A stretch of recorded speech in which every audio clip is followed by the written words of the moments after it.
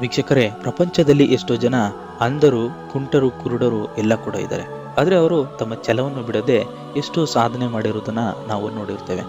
ಆದರೆ ಈ ವಿಡಿಯೋದಲ್ಲಿ ಹೇಳ್ತಿರುವಂತ ಒಬ್ಬ ವ್ಯಕ್ತಿ ಎಲ್ಲರ ನಗುವಿಗೆ ಕಾರಣವಾಗಿದ್ದ.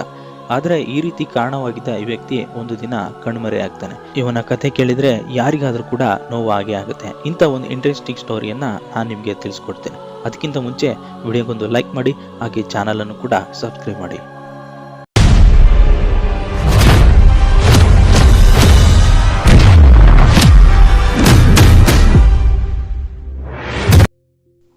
ವೀಕ್ಷಕರೇ, ಈತನು ಶಾರೀರಿಕವಾಗಿ ದುರ್ಬಲನಾಗಿದ್ದರೂ ಕೋಟ್ಯಾಂತರ ಮನಸ್ಸುಗಳನ್ನ ಗೆದ್ದಿದ್ದ.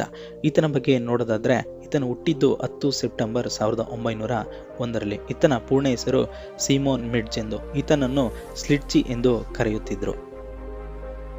ಸ್ನೇಹಿತರೆ, ಸ್ಲಿಟ್ಜಿ ಜನಿಸಿದ್ದು ಶಾರೀರಿಕ ವೈಫಲ್ಯದಿಂದ.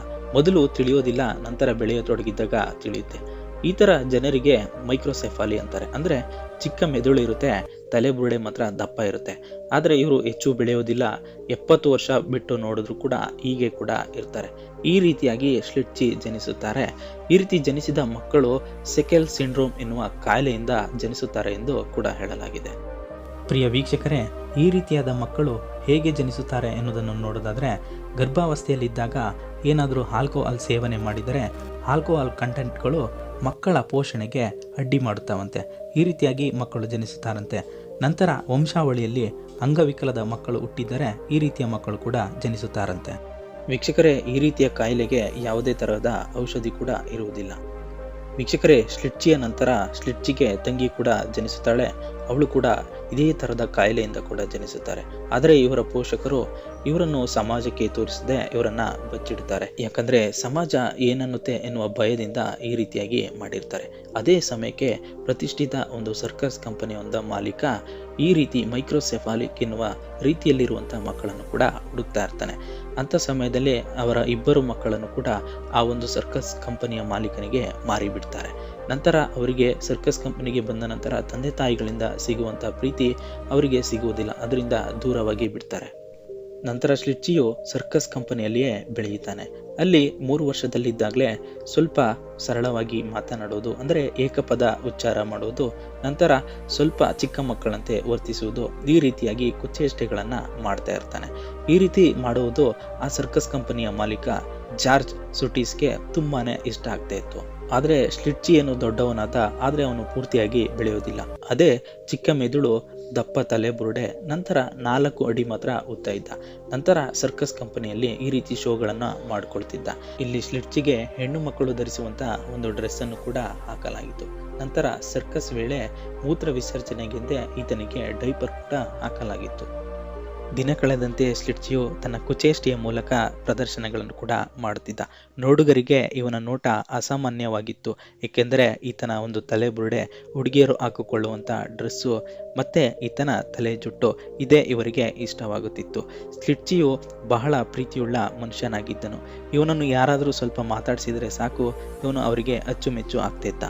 ಸ್ಲಿಟ್ಜಿ 1928ರ ಒಂದು ಪ್ರದರ್ಶನ ವೇಳೆ, ಅಂದ್ರೆ ದ ಸ್ಲೈಡ್ ಶೋ ನಲ್ಲಿ ಒಂದು ಶೋ ಅನ್ನ ಮಾಡ್ತಾರೆ. ಇದ್ರ ಮೂಲಕ ಸಾಕಷ್ಟು ಜನಪ್ರಸಿದ್ಧಿ ಆಗ್ತಾರೆ. ಇದರಿಂದ ಜನ ಇವರನ್ನ ಗುರುತಿಸತೊಡಗುತ್ತಾರೆ. ಆದ್ರೆ ಸ್ಲಿಟ್ಜಿಗೆ ಇದರ ಅರಿವಿರ್ಲಿಲ್ಲ. ನಾನು ಈ ರೀತಿಯಾಗಿ ನಾನು ಬೆಳೆದಿದ್ದೀನಿ ಅನ್ನೋ ಒಂದು ಭಾವನೆ ಕೂಡ ಇರಲಿಲ್ಲ. ನಂತರ ಇವರು ಮತ್ತಷ್ಟು ಶೋಗಳನ್ನ ಮಾಡ್ತಾರೆ.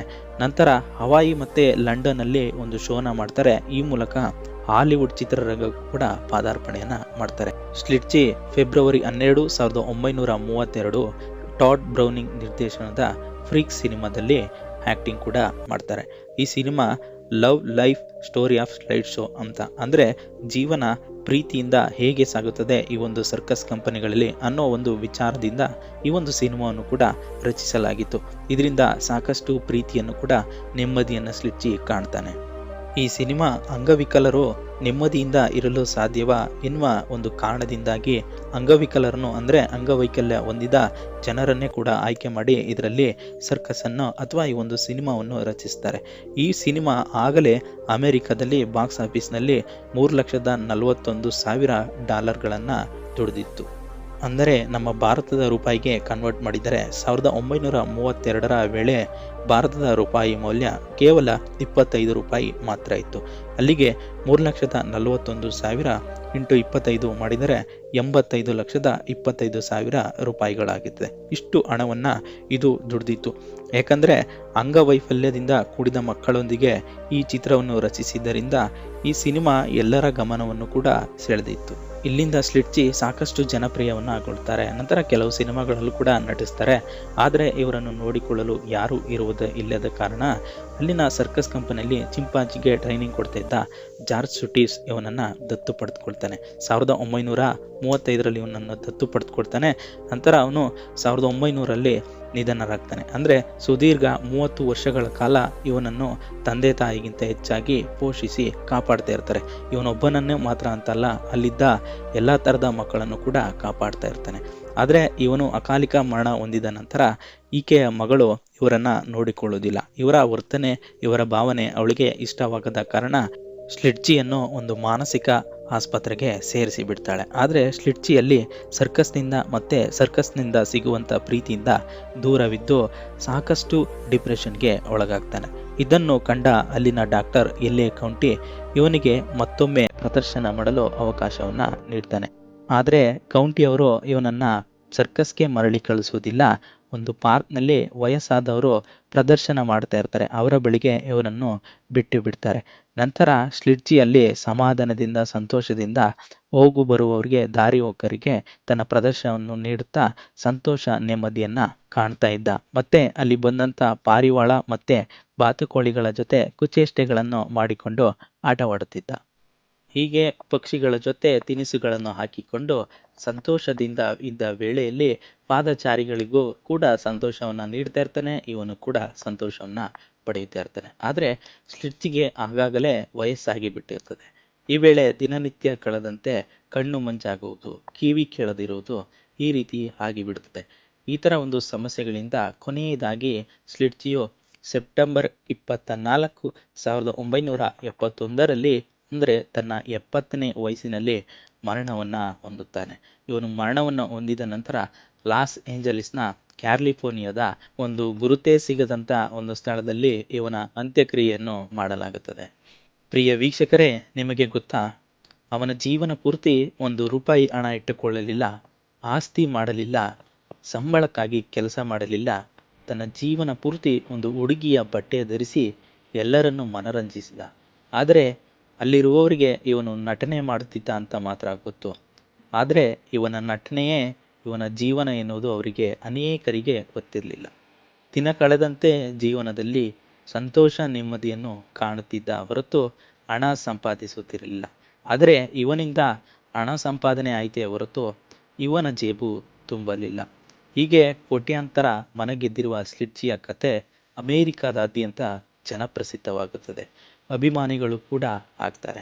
ಅಭಿಮಾನಿಗಳಲ್ಲಿ ಒಬ್ಬ ಸ್ಲಿಟ್ಜಿಯ ಜೀವನದ ಕಥೆಯನ್ನು ಕೇಳಿ ಗುರುತು ಇಲ್ಲದಂತೆ ಸಮಾಧಿ ಮಾಡಿದ ಜಾಗದಲ್ಲಿ ಬಂದು ಇವನಿಗೆ ಒಂದು ಕಲ್ಲನ್ನು ಕೆತ್ತಿಸಿ ಜ್ಞಾಪಕಾರ್ಥಕವಾಗಿ ಇವನ ಸಮಾಧಿಯ ಮೇಲೆ ಇಡುತ್ತಾನೆ.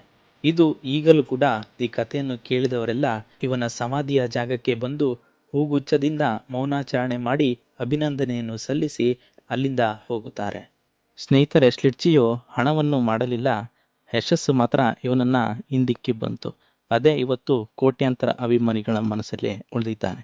ಈ ಒಂದು ವಿಡಿಯೋ ನಿಮಗೆ ಇಷ್ಟವಾದರೆ ವಿಡಿಯೋಗೊಂದು ಲೈಕ್ ಮಾಡಿ, ಹಾಗೆ ವಿಡಿಯೋವನ್ನು ಇತರರಿಗೂ ಕೂಡ ಶೇರ್ ಮಾಡಿ. ಮತ್ತೆ ಹೆಚ್ಚಿನ ಇಂಟ್ರೆಸ್ಟಿಂಗ್ ಸ್ಟೋರಿಗಾಗಿ ಚಾನಲನ್ನು ಕೂಡ ಸಬ್ಸ್ಕ್ರೈಬ್ ಮಾಡಿಕೊಡಿ.